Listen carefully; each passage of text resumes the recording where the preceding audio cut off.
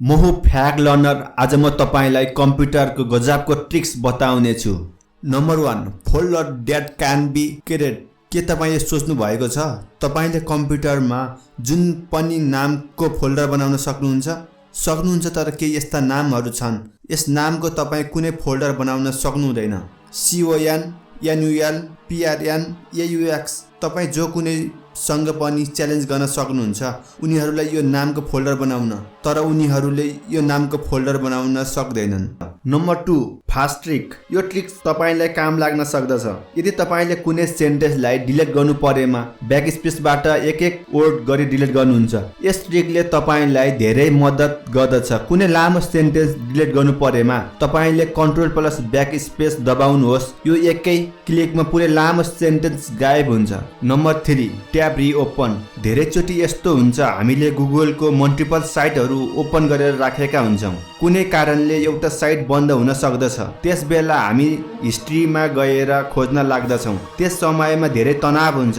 यो ट्रिक्सबाट तपाई direct close ट्याबको open गर्न सक्नुहुन्छ। यदि कुनै गल्तीबाट तपाईको साइट बन्द भयो भने तपाईले किबोर्डको कन्ट्रोल+ शिफ्ट कीको होल्ड गरेर टी बटन प्रेस गर्नुहोस्, त्यो साइट खोलिन्छ। Number 4 hidden all history.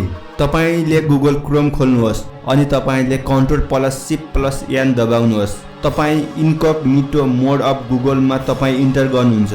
यो साइटमा तपाईको कुनै पनि वेबसाइट सेभ हुँदैन। कुनै पनि साइट तपाई खोल्न सक्नुहुन्छ, तपाईको कुनै डाटा सेभ हुँदैन। Number 5 how to find wifi password. यदि तपाईले आफ्नो कम्प्युटर सिस्टममा कुनै कम्प्युटर कनेक्ट गर्नु भएको छ, तपाईले त्यसको पासवर्ड डाइरेक्ट कमान्ड मोडबाट तपाईले पत्ता लगाउन सक्नुहुन्छ।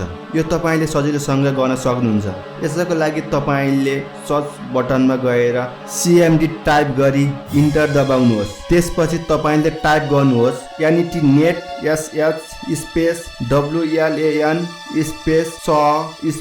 profile अनि तपाईको वाइफाई को नाम राख्नुहोस् अनि स्पेस की = क्लियर इन्टर गर्नुहोस्। त्यसपछि तपाईले पासवर्ड तल पाउनुहुनेछ कि कन्ट्याक्टमा तपाईको पासवर्ड देखाउनेछ। यदि तपाईलाई यो भिडियो मन परेमा लाइक गर्नुहोस्, सब्स्क्राइब गरी नोटिफिकेसन बेल आइकनको दबाउनुहोस्।